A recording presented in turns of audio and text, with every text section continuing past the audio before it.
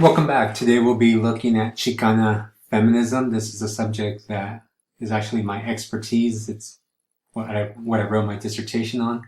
And we'll be looking at that particular organization. So I'm going to summarize 300 pages worth of work in about 20, 30 minutes. So a little bit depressing, but I do like to talk about the organization itself because it's so important to the Chicana movement of this period. Here you have a picture of a woman in the brown berets, one of the movements that you learned about in one of the videos that you watched. So I will have some discussion questions for you about the reading and about just some general ideas in regards to how Chicano culture impacts women. So you'll be discussing with your classmates some of these subjects. First, I want to address, where does Chicana feminism come from?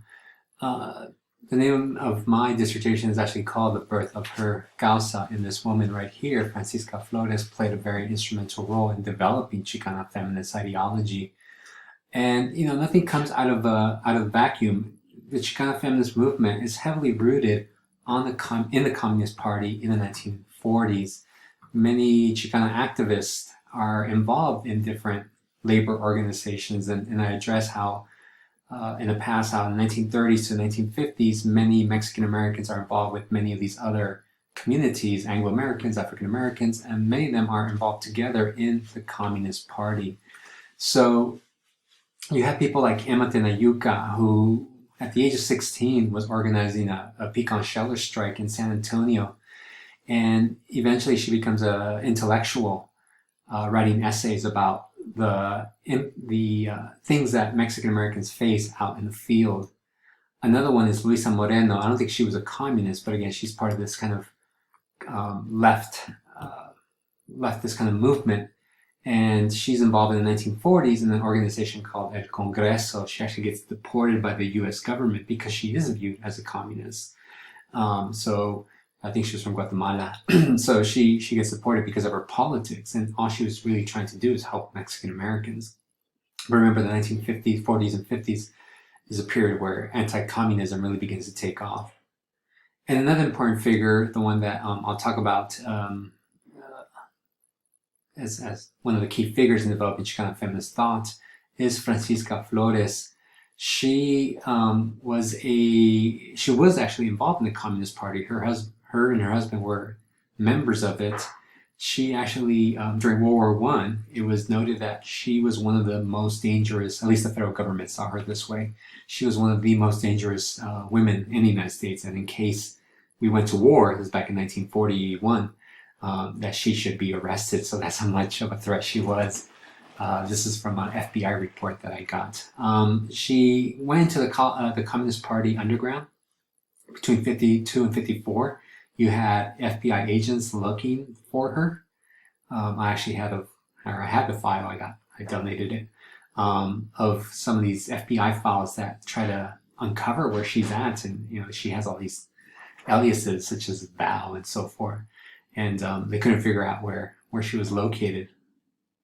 But the 1960s, early 60s in particular, she becomes part of this kind of, it's not quite the Chicano movement, but she's one of these key founding members that helps develop kind of Chicano Chicano ideology, just Chicano, right? Through this newspaper called Regeneración. This newspaper, which is distributed locally in Los Angeles in the 1960s, addresses many of the issues that Mexican Americans are going through, everything from some of the politics, but also just the concept of identity. Who are we as a people, right? Remember that Mexican Americans tried to assimilate between the 20s and 50s, yet they were not accepted as full U.S. citizens. So in the 1960s, they're trying to uncover who they are as a community.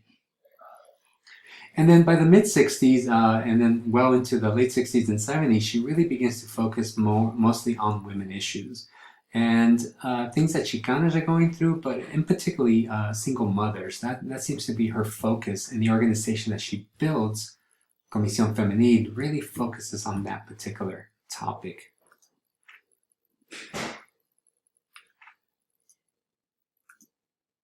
So what was the Chicana experience in the 60s? Well, Chicanas tend to have less than an eighth grade education. About 50% of Chicanas had less than eighth grade education. Uh, and most people kind of acknowledge that education is your way towards out of poverty, right?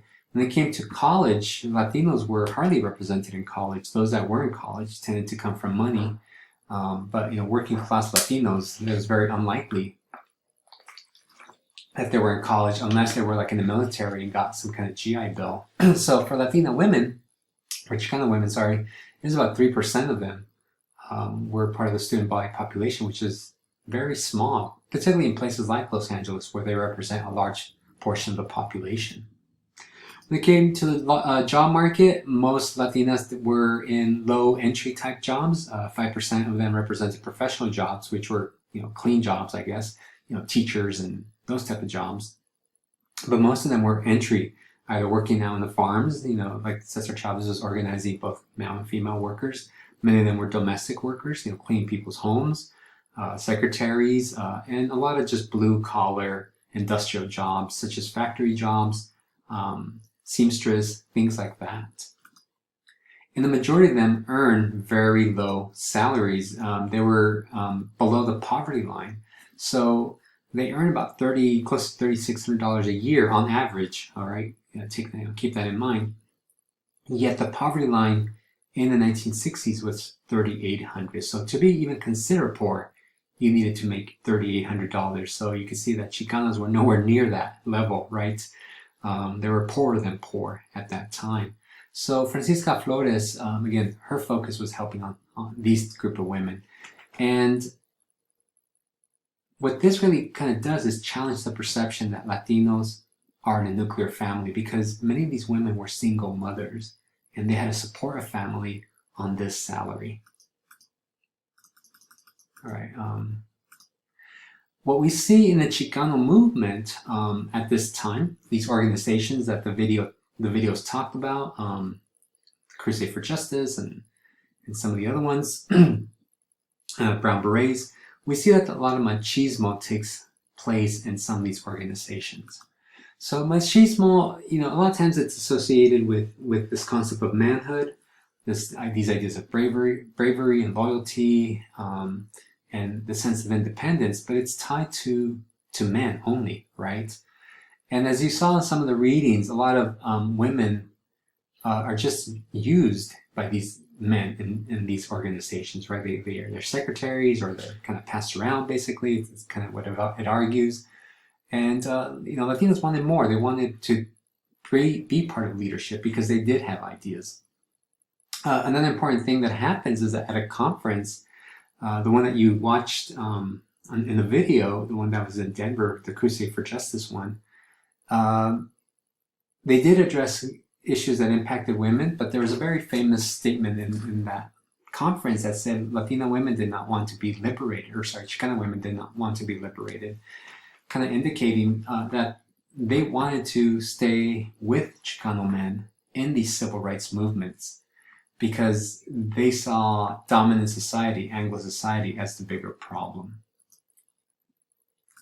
So, as a reading kind of highlight, Chicanas in these organizations tended to serve these kind of secretarial roles. They were just there for the fundraising. They were there, typing articles for the men so they can publish in the newspapers. They didn't really have leadership roles, and that was one of the fundamental problems that many Chicanas saw in the Chicano movement. So I think I noted this in the past, that by no means are we going to argue that Chicanos are superior, because we have problems of our own, and this is one of the great examples where we see these problems arise, where Chicanos had a few options. Number one, they can stick with the men, or number two, they can leave and maybe join the white feminist movement. And you had an article that addresses that, so you'll discuss those issues too.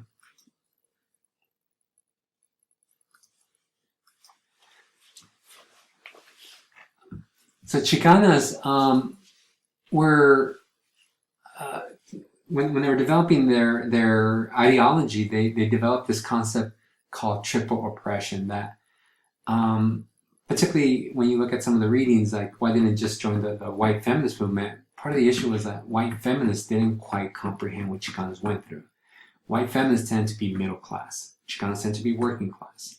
White feminists were white, right? So there is a sense of privilege by being white. And Chicanas were brown. So they faced different experiences. The only thing they had in common was, that they were both women. So this concept of triple oppression was something that they highlighted, which is part of the reason why they did enjoy the white feminist movement. In addition, Chicanos begin to look to their past, saying, "Look, we're not passive. We've always had these important women in history that have been leaders. These Latina women, Chicana women, as they would label them. People like Sor Juana, who was a nun in Mexico in the 18th century, who was writing poetry, or Las Tules. She was a Chicana woman living in the U.S.-Mexico War period, and she had her own business and was on her own. She didn't need a man to be successful. And then they even look at La Malinche. If you remember, we talked about La Malinche weeks ago. And even though she's represented as this traitor to Mexico, Chicana feminists looked at her in a different light. They saw her more as a feminist rather than a traitor, because Chicanas acknowledged that, it wasn't she who sold out Mexico, it was her people who sold her out. And she did what she needed to do to survive. And if you remember, again, weeks ago when we talked about her, she, La Malinche, she learned Spanish really quick, so she used her wit and her abilities, right? She was out in war with Cortez, and she was our mother. She produced the first Chicano, right? So they see her as an intelligent, a woman who took initiative, a woman who was able to adapt to her situation, right? Again, she was passed around from tribe to tribe until she ended up with Cortez, and she was able to survive these conditions. And then lastly, she was a leader, a woman that could lead. And as I said earlier, she was up there with Cortez in some of these conflicts. So Chicana feminists, had many heroes to look back to, and La Malinche was just one of many. Though she became, again, they're reinterpreting her in a very positive light, unlike Mexico, who looks at her in a very negative light.